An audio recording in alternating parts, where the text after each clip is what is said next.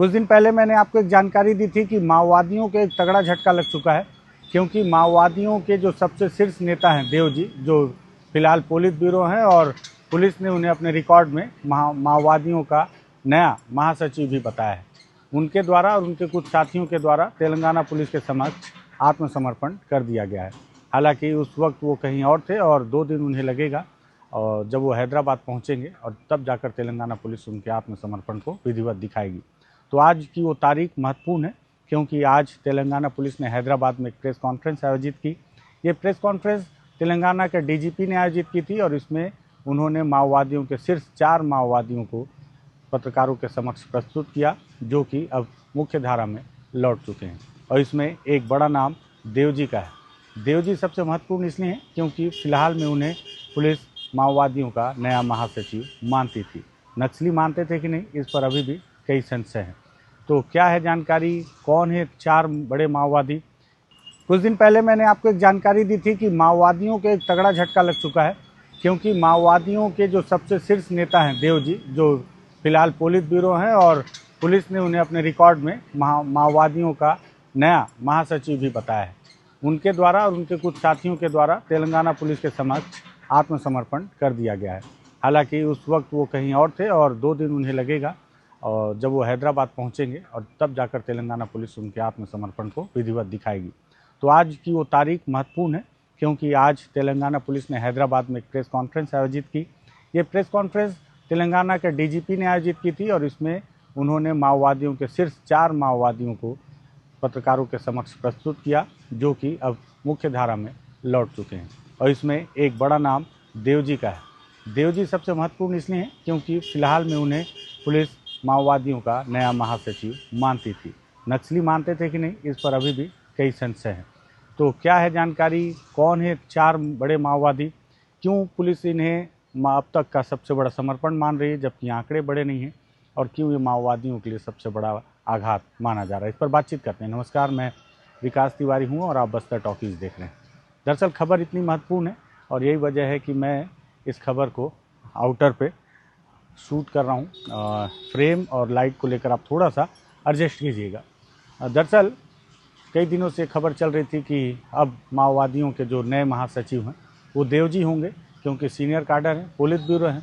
देखा जाए रिकॉर्ड में तो देश में अब लगभग 3 ही पोलित ब्यूरो हैं, जिसमें गणपति, मिसिर बेसरा और देव जी।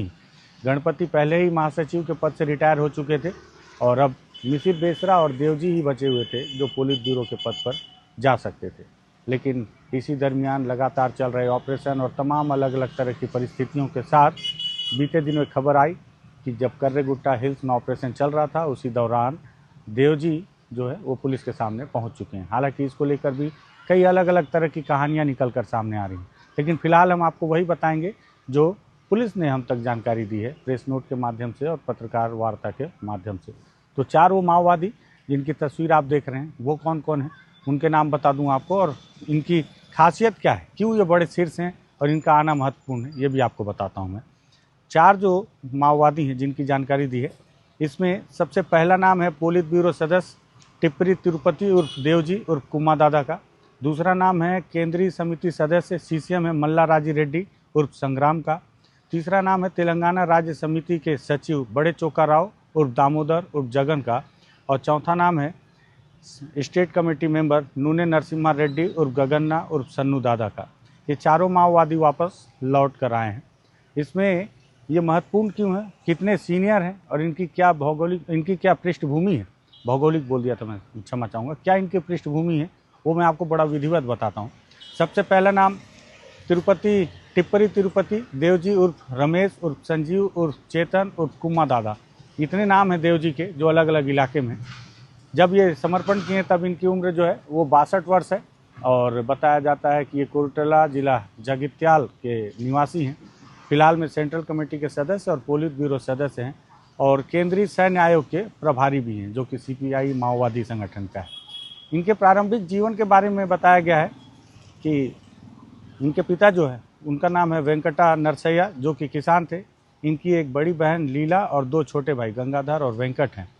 इनके परिवार और विवाह की अगर जानकारी पर बातचीत की जाए तो देव जी 1991 में आरिके जैनी उर्फ सृजना, जो कि गोपनार गांव लाहेरी थाना, जिला गढ़चिरौली, महाराष्ट्र की थी। उनसे उनका विवाह हुआ था। विवाह के समय उनकी पत्नी पेरीमेली दलम की पार्टी सदस्य थीं और बाद में उन्हें क्षेत्रीय समिति सदस्य आरसीएम के पद पर पदोन्नत किया गया था। वर्ष 2020 में महाराष्ट्र के गढ़चिरौली जिले के कसनपुर जंगल में एक मुठभेड़ में उनकी मौत हो गई थी। आंदोलन में कैसे पहुंचे, इस पर जो जानकारी मिली है कि प्रारंभिक पढ़ाई निजी स्कूल में 5वीं तक कक्षा तक की, बाद में सरकारी उच्च माध्यमिक विद्यालय से मैट्रिक पूरा किया। इंटरमीडिएट के लिए सरकारी जूनियर कॉलेज कोरटला में प्रवेश किया, जहां वे क्रांतिकारी राजनीति से प्रभावित हुए और आरएसयू से जुड़ गए।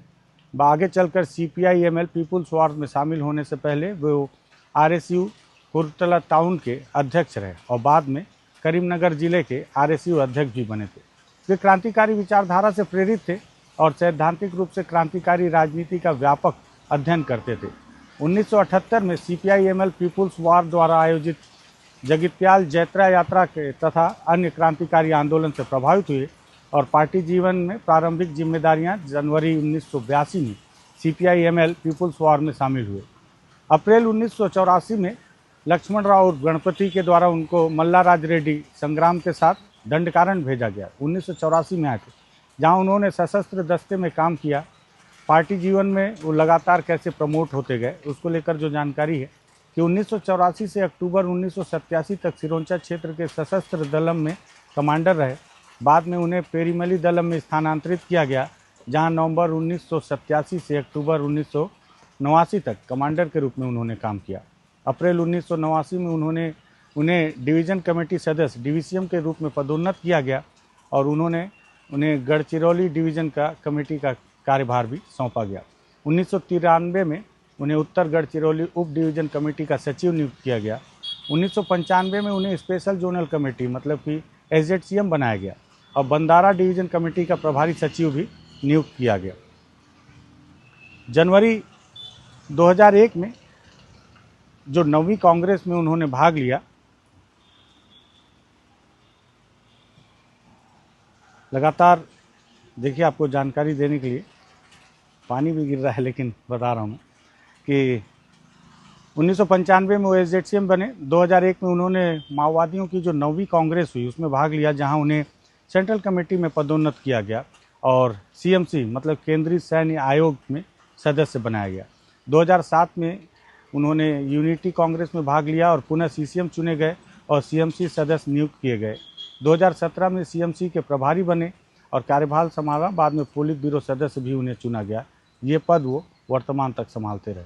इसके अतिरिक्त पोलित ब्यूरो सदस्य जो सोनू दादा हैं उर्फ वेणुगोपाल, उसके बाद अभय के नाम से जो माओवादियों के आधिकारिक प्रवक्ता के रूप में भी देवजी ने ही काम किया है। दूसरे जो बड़ा नाम है मल्लाराज रेड्डी उर्फ संग्राम, वर्तमान में इनकी उम्र 76 वर्ष है। ये मंथनी मंडल जिला पेद्दापल्ली के निवासी हैं।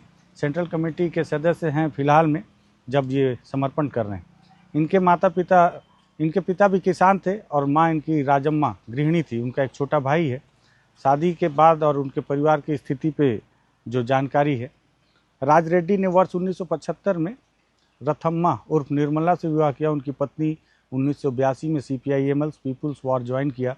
बेटी स्नेहलता के जन्म के बाद 1998 में छत्तीसगढ़ के नारायणपुर जिले के चंदनार जंगल के मुठभेड़ में उनकी मौत हुई। बाद में जनवरी 2001 में उन्होंने माजी बिची उर्फ सुगुना उर्फ संगीता मज्जी मंदिरी गांव बेदरे थाना बीजापुर की जो निवासी हैं उनसे दूसरा विवाह किया, जब वो नेशनल पार्क दल में पार्टी सदस्य थी। आंदोलन में इनके आने की जो कहानी है वो बताते हैं कि 1971 में इंटरमीडिएट पूरा किया और 1974 में ये भी आरएसयू ज्वाइन कर लिए। मंथनी नगर में जेएनएम रैली में स्वर्गीय कोटेश्वर राव मल्लोजुल्ला कोटेश्वर राव और किशन जी जो हैं उनके साथ भाग लिया और मार्क्सवाद लेनिनवाद विचारधारा से प्रेरित हुए। 1976 में कोरुटला एवं जगित्याल मामलों में गिरफ्तार हुए और 1977 में रिहा किए गए। फिर 1978 से 1980 तक गोदावरी खनी कोल बेल्ट क्षेत्र में जो आयोजक थे उसके रूप में इन्होंने कार्य किया। पार्टी जीवन में प्रारंभिक जिम्मेदारियां 1980 में राज रेड्डी को वैकल्पिक जिला समिति की जिम्मेदारी दी गई। मंथनी क्षेत्र में आयोजित सम्मेलन में सदस्य रहे और 1980 में राज रेड्डी भूमिगत हो गए। फिर उन्होंने छत्तीसगढ़ के भोपालपट्टनम एरिया कमेटी के रूप में के प्रभारी के तौर पर उन्हें नियुक्त किया गया। बताते हैं कि 1981 में उन्हें डिविजनल कमेटी सदस्य डीवीसीएम पर पदोन्नत किया गया और गढ़चिरौली क्षेत्र में उनको भेज दिया गया। 1985 में उन्होंने डिविजनल कमेटी सचिव बनाया गया गढ़चिरौली क्षेत्र का, और 87 में उन्हें स्टेट कमेटी मेंबर के पद पर पदोन्नत किया गया। साथ ही साथ फॉरेस्ट कमेटी सचिव और दंडकारण्य कमेटी का प्रथम सचिव भी इनको बनाया गया। 1987 से 90 तक राज रेड्डी ने दंडकारण्य क्षेत्र में काम किया और 90 में उन्हें सेंट्रल कमेटी के पद पर पदोन्नत किया गया। फिर वो दंडकारण्य कमेटी के मार्गदर्शन की जिम्मेदारी दी गई। 1995 में उन्हें महाराष्ट्र राज्य समिति को उनकी केंद्रीय समिति कॉन्फ्रेंस में मार्गदर्शन देने का जिम्मेदारी दी गई। 2001 में 9वीं कांग्रेस में क्षेत्रीय ब्यूरो का गठन हुआ। उन्हें दक्षिण पश्चिम क्षेत्रीय ब्यूरो महाराष्ट्र, कर्नाटक, तमिलनाडु एवं केरल का प्रभारी बनाया गया। मैंने आपको बताया था माओवादियों का एक और कॉरिडोर बन रहा था, KKT, ये उसका हिस्सा है। कर्नाटक, केरल, तमिलनाडु जिसके अंतर्गत आते हैं, उसका प्रभारी इनको 2001 में बनाया गया। मतलब 2001 में ही माओवादियों ने ये तय किया था कि ये नया कॉरिडोर बनाया जाएगा। 2004 में CPI माओवादियों का जब गठन हुआ, जब इनके विलय हुआ दोनों पार्टी, CPI-ML और माओवादी कम्युनिस्ट पार्टी ऑफ इंडिया के MCC के विलय के बाद 2007 में यूनिटी कांग्रेस आयोजित हुई, जिसमें उन्हें पोलित ब्यूरो सदस्य बनाया गया। दिसंबर 2007 में केरल में संगठनात्मक कार्य के दौरान उन्हें गिरफ्तार भी किया गया। अक्टूबर 2009 में वे जेल से रिहा हुए और फिर से अंडरग्राउंड हो गए। 2010 से 2016 तक उन्होंने छत्तीसगढ़ उड़ीसा बॉर्डर, जिसे COB कहा जाता है, Chhattisgarh Orissa border special zonal committee के सचिव के रूप में काम किया। 2017 में मॉडर्न बालकृष्ण, जो कि गरियाबंद के इलाके में मारे गए, उनके को उड़ीसा स्टेट कमेटी का सचिव बनाया गया और राज रेड्डी को उड़ीसा स्टेट कमेटी का मार्गदर्शन करने की जिम्मेदारी दी गई। 2022 में उन्होंने दंडकारण्य स्पेशल जोनल कमेटी में स्थानांतरित कर उसका प्रभारी बनाया गया। वे अब तक उसी पद पर कार्यरत थे। वहीं बात करें बड़े चोका राव और दामोदर की, तो फिलहाल उनकी उम्र 47 वर्ष है। वो तड़वाई मंडल जिला मुलुगु के रहने वाले हैं और राज्य समिति सदस्य तथा तेलंगाना राज्य समिति के सचिव। दामोदर कैसे आ गए? दामोदर मेरे लिए इसलिए ज़्यादा इंटरेस्टिंग है कि जब माओवादियों ने मुझे बैन किया था और हम कोंडापल्ली में लगभग 4 दिन तक इंतज़ार करते रहे माओवादियों से मिलने का, तब उस दौरान मेरी मुलाकात दामोदर, विकास और विजय उर्फ मधु से हुई थी, जिसमें पहले मैंने दामोदर को नहीं पहचाना, लेकिन हमारे जो दिवंगत साथी हैं मुकेश, उन्होंने परिचय कराया कि ये दामोदर हैं और इन सभी में सबसे शीर्ष नेता यही हैं। उस दौरान मैंने देखा था कि दामोदर कैसे एक बहुत खूबसूरत सा लैपटॉप अपने पास रखते थे और बहुत स्पीड से अंग्रेजी में टाइपिंग करते थे। उसे देखकर मैं आश्चर्यचकित हो गया था।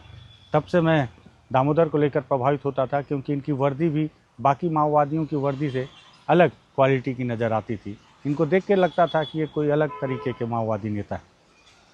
उनके पिता येलैया वो भी किसान थे और माता गृहिणी थी। उनके छोटा भाई और 2 बहनें। दामोदर ने एनटी नरसम्मा सविता से शादी की, जो कि गोलगुप्पे गांव के निवासी हैं। और इसके साथ ही एटू नगरम मंडल जिला मुलुगु में जब वह एटू नगरम दलों में पार्टी सदस्य के रूप में काम कर रही थी, जनवरी 2001 में उनका विवाह हुआ। अप्रैल 2012 में छत्तीसगढ़ के सुकमा जिले के पुअर्ती जंगल के क्षेत्र में एक मुठभेड़ में वो मारी गई। बाद में अक्टूबर 2016 में उन्होंने मड़कम कोसी उर्फ राजिता, जो कि मलकापल्ली गांव डुम्मुगुडे मंगल से, उनसे दोबारा विवाह किया, जो चेरला एलियस में पार्टी सदस्य थी।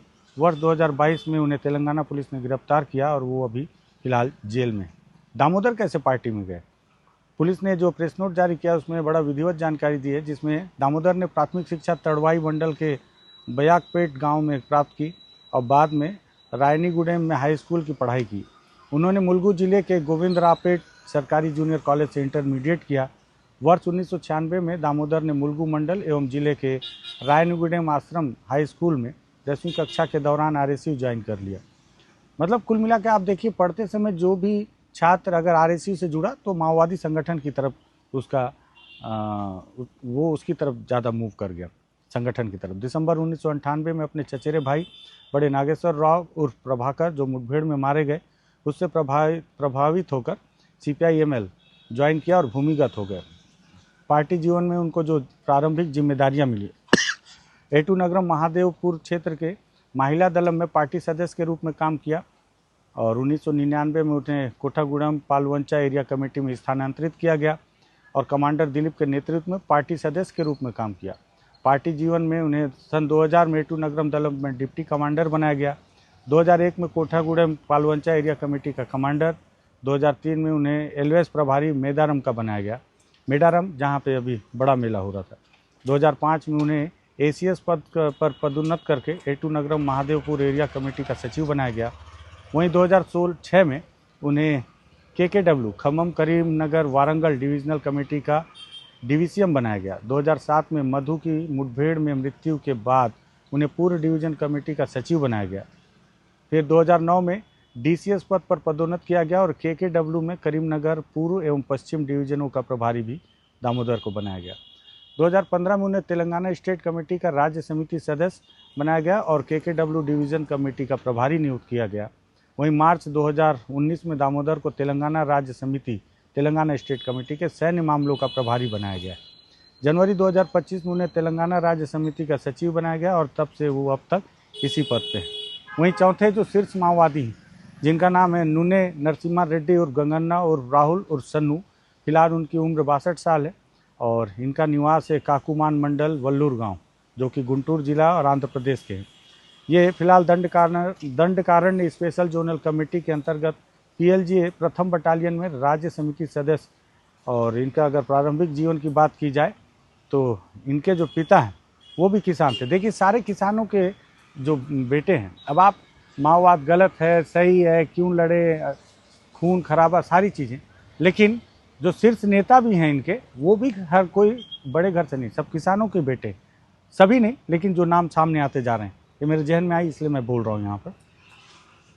1994 में गंगन्ना ने बूथम अन्नपूर्णा पद्म जुल्ला कल्लू गांव से विवाह किया, जो उनकी पत्नी है और जो जेएनएम में फुल टाइमर के रूप में काम करती थी।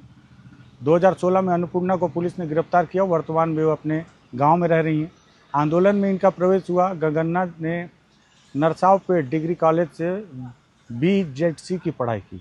इसके बाद नागार्जुन विश्वविद्यालय में 1 वर्ष तक एलएलबी की पढ़ाई की और उसी दौरान सेवानिवृत्त व्याख्याता जानधाल रविंद्रनाथ के नेतृत्व में इन्होंने भी आरएससी ज्वाइन किया। वर्ष 1987 में उन्होंने आरएससी ज्वाइन किया और 2 वर्षों तक फुल टाइमर के रूप में काम किया। उन्होंने नागार्जुन विश्वविद्यालय गुंटूर में आरएससी आयोजक के रूप में काम भी किया और पार्टी जीवन में प्रारंभिक जिम्मेदारियां उनको क्या मिली वो बताता हूँ। 1990 में गंगन्ना को दुर्गी दलम का प्रभारी बनाया गया। वो 1993 तक इस पद पर रहे। 93 से उन्हें कमांडर के पद पर पदोन्नत किया गया। पार्टी जीवन में 1995 में उन्हें आंध्र प्रदेश के south coastal belt committee SCBC में स्थानांतरित किया गया। 1998 में उन्हें डिविजनल कमेटी सदस्य के पद पर पदोन्नत किया गया और 2001 तक गुंटूर जिला में कार्य किया उनके द्वारा। 2002 से विजयवाड़ा में पुलिस ने उन्हें गिरफ्तार किया। 2004 में वो फिर रिहा हो गए। 2004 में उन्होंने बंदी प्रकाश और डब्बू रमेश के साथ आंध्र प्रदेश राज्य सरकार के साथ शांति वार्ता में CPI माओवादियों के शीर्ष नेतृत्व को समर्थन दिया। 2005 में उन्हें Andhra Orissa border special zonal committee में स्थानांतरित किया गया, जहां उन्होंने राजनीतिक शिक्षा टीम में काम किया। उन्होंने राजनीतिक शिक्षा कार्य के तहत बिहार झारखंड क्षेत्र में भी काम किया है।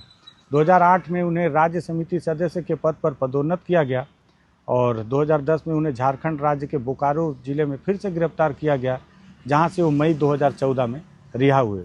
रिहाई के लगभग 3 महीने बाद उन्होंने स्वर्गीय अक्की राजू हरगोपाल उर्फ साकेत से मुलाकात की और पुनः CPI माओवादी में शामिल हो गए। वे 2016 से 2020 तक Andhra Orissa border special zonal committee में काम करते रहे। 2020 में उन्हें दंडकारण्य स्पेशल जोनल कमेटी में स्थानांतरित किया गया और प्रथम बटालियन में राजनीतिक शिक्षा सलाहकार के रूप में नियुक्त किया गया। उन्होंने साउथ सब जोनल ब्यूरो के सलाहकार के रूप में भी काम किया तथा PLGA प्रथम बटालियन की राजनीतिक शिक्षा टीम में काम जारी रखा। मई 2025 में उन्हें तेलंगाना राज्य समिति में स्थानांतरित किया गया और वे राज्य समिति सदस्य के रूप में काम करते रहे। CPI माओवादी छोड़कर अब वो मुख्य धारा में आने के पीछे इन माओवादियों का कारण जो पुलिस ने बताया, हालांकि इन माओवादियों ने अभी तक कुछ नहीं बताया। उन्होंने बताया कि वैचारिक मतभेद, आंतरिक गुटबाजी के बढ़ने से मोहभंग हुआ, जो सैद्धांतिक विचारधारा और जमीनी वास्तविकताओं के बीच बढ़ते अंतर से उत्पन्न हुए। इन्होंने संगठन को एकता को और कमज़ोर कर दिया। तेलंगाना सरकार ने पुनर्वास नीति के अनुसार इन पर जो इनाम है, जिसमें देवजी पर 25 लाख के इनाम, मल्ला राज रेड्डी पर 25 लाख के इनाम, दामोदर पर 20 लाख और गगन्ना और नरसिम्हा रेड्डी पर 20 लाख रुपए का इनाम है। कुल 90 लाख रुपए की राशि है जो इनको डिमांड ड्राफ्ट के तौर पर प्रदान की गई है, ऐसा तेलंगाना पुलिस ने बताया है। साथ ही साथ तेलंगाना राज्य पुलिस विभाग ने पुनः आश्वासन दिया है कि पुनर्वास नीति के तहत जो भी लाभ है इन सभी माओवादियों को दिया जाएगा। तेलंगाना पुलिस ने एक और जानकारी दी है, जिसमें उन्होंने बताया कि अभी भी 11 भूमिगत कैडर शेष हैं, जिसमें अलग अलग माओवादी जो तेलंगाना के हैं, जो अलग अलग इलाके में सक्रिय हैं। साथ ही साथ 2025 से 2026 में खुद 544 माओवादियों ने हथियारबंद संघर्ष को छोड़कर वापसी का रास्ता अपनाया और इनमें 4 सेंट्रल कमेटी के सदस्य, 15 स्टेट कमेटी के सदस्य, 25 डिविजनल कमेटी सचिव हैं, 63 एरिया कमेटी सदस्य हैं और 437 पार्टी सदस्य हैं। वर्तमान में जो बहुत सारी परिस्थितियां हैं, या फोर्स अब पहले से ज़्यादा मजबूत हो गई है, या फोर्स इनकी सारी रणनीतियां हैक कर ली, जो भी वजह हो, लेकिन इतने सारे लोगों के मारे जाने के बाद, इतने सारे लोगों के इतने साल तक जंगल में बिताने के बाद आज ये लोग वापस लौटे हैं। हालांकि देव जी ने कहा है कि अब वो शायद राजनीति में प्रवेश करेंगे और कानून के माध्यम से लड़ाई अभी भी जारी रखेंगे, इसलिए आज उन्होंने कोई बयान दिया नहीं है मीडिया के समक्ष। वहीं अगर अब शीर्ष नेताओं की बात की जाए तो अब माओवादी संगठन के पास एक पोलित ब्यूरो बचा हुआ है, 2 है। एक तो गणपति हैं, उन्हें काउंट इसलिए नहीं कर रहा हूँ क्योंकि महासचिव होकर वो रिटायर हो चुके हैं और मुझे लगता है उनकी उम्र इतनी ज़्यादा है कि अब शायद ही वो कोई जिम्मेदारी उठा पाएँ। वहीं दूसरे महासचिव जो पोलित ब्यूरो हैं, मिसिर बेसरा, जो इन दिनों झारखंड में है।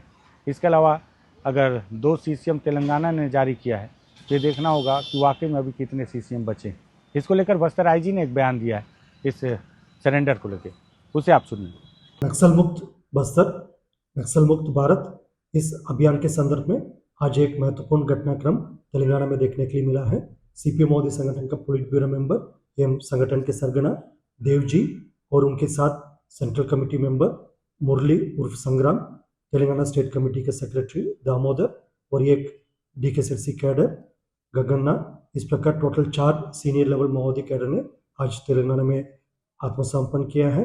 ये घटनाक्रम जो नक्सल विरोधी अभियान के लिए काफ़ी एक इम्पोर्टेंट और निर्णायक बढ़त के रूप में देखा जा रहा है, क्योंकि वर्तमान परिस्थिति में सीपीएम मोदी संगठन का बिल्कुल नेतृत्व समाप्त हो चुकी है।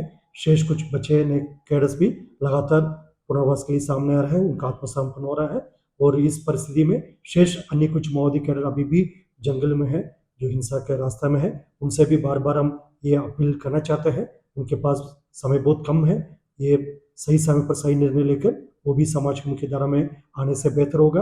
नहीं तो जिस तरीके से हमारा सुरक्षा बल द्वारा एक मजबूत संकल्प के साथ लगातार नक्सल विरोधी अभियान संचालित कर रहे हैं क्षेत्र की जनता के जान माल रक्षा करने के लिए, उस अभियान का, उस कार्रवाई को कहीं ना कहीं उनको सामने करना पड़ जाएगा। नक्सल मुक्त बस्तर, नक्सल मुक्त भारत, इस अभियान के संदर्भ में आज एक महत्वपूर्ण घटनाक्रम तेलंगाना में देखने के लिए मिला है। सीपीएम मोदी संगठन का पोलिट ब्यूरो मेंबर एवं संगठन के सरगना देव जी और उनके साथ सेंट्रल कमेटी मेंबर मुरली उर्फ संग्राम, तेलंगाना स्टेट कमेटी के सेक्रेटरी दामोदर और एक डीकेसीसी कैडर गगन्ना, इस प्रकार टोटल 4 सीनियर लेवल माओवादी कैडर ने आज तेलंगाना में आत्मसमर्पण किया है। ये घटनाक्रम जो नक्सल विरोधी अभियान के लिए काफ़ी एक इम्पोर्टेंट और निर्णायक बढ़त के रूप में देखा जा रहा है, क्योंकि वर्तमान परिस्थिति में सीपीएम मोदी संगठन का बिल्कुल नेतृत्व समाप्त हो चुकी है। शेष कुछ बचे नए कैडर्स भी लगातार पुनर्वास के लिए सामने आ रहे हैं, उनका आत्मसमर्पण हो रहा है और इस परिस्थिति में शेष अन्य कुछ माओवादी कैडर अभी भी जंगल में है, जो हिंसा के रास्ते में है। उनसे भी बार बार हम ये अपील करना चाहते हैं, उनके पास समय बहुत कम है, ये सही समय पर सही निर्णय लेकर वो भी समाज की मुख्य धारा में आने से बेहतर होगा। नहीं तो जिस तरीके से हमारा सुरक्षा बल द्वारा एक मजबूत संकल्प के साथ लगातार नक्सल विरोधी अभियान संचालित कर रहे हैं क्षेत्र की जनता के जान माल रक्षा करने के लिए, उस अभियान का, उस कार्रवाई को कहीं ना कहीं उनको सामने करना पड़ जाएगा। ये अपील के साथ साथ एक चेतावनी के रूप में भी हम बार बार बताते हैं, यदि पापाराव हो या अन्य जितना भी जो कैडर्स अभी दंडकान इलाके में सक्रिय है, उनके पास भी आखिरी एक मौका है, हिंसा छोड़कर मुख्य धारा में आ जाएगा, बेहतर होगा। नहीं तो हमारा कार्रवाई का परिणाम उनको भुगतना पड़ जाएगा। निजी होना चाहिए। 4 महत्वपूर्ण समर्पण हुए हैं, मुझे लगा इसको लेकर आपको जानकारी देनी चाहिए, इसलिए एक जगह हालांकि ठीक नहीं है, जैसा भी है वहाँ पर मैंने जैसे तैसे इस वीडियो को शूट किया है। पसंद आए शेयर कर सकते हैं, बस्तर टॉकीज को सब्सक्राइब कर सकते हैं।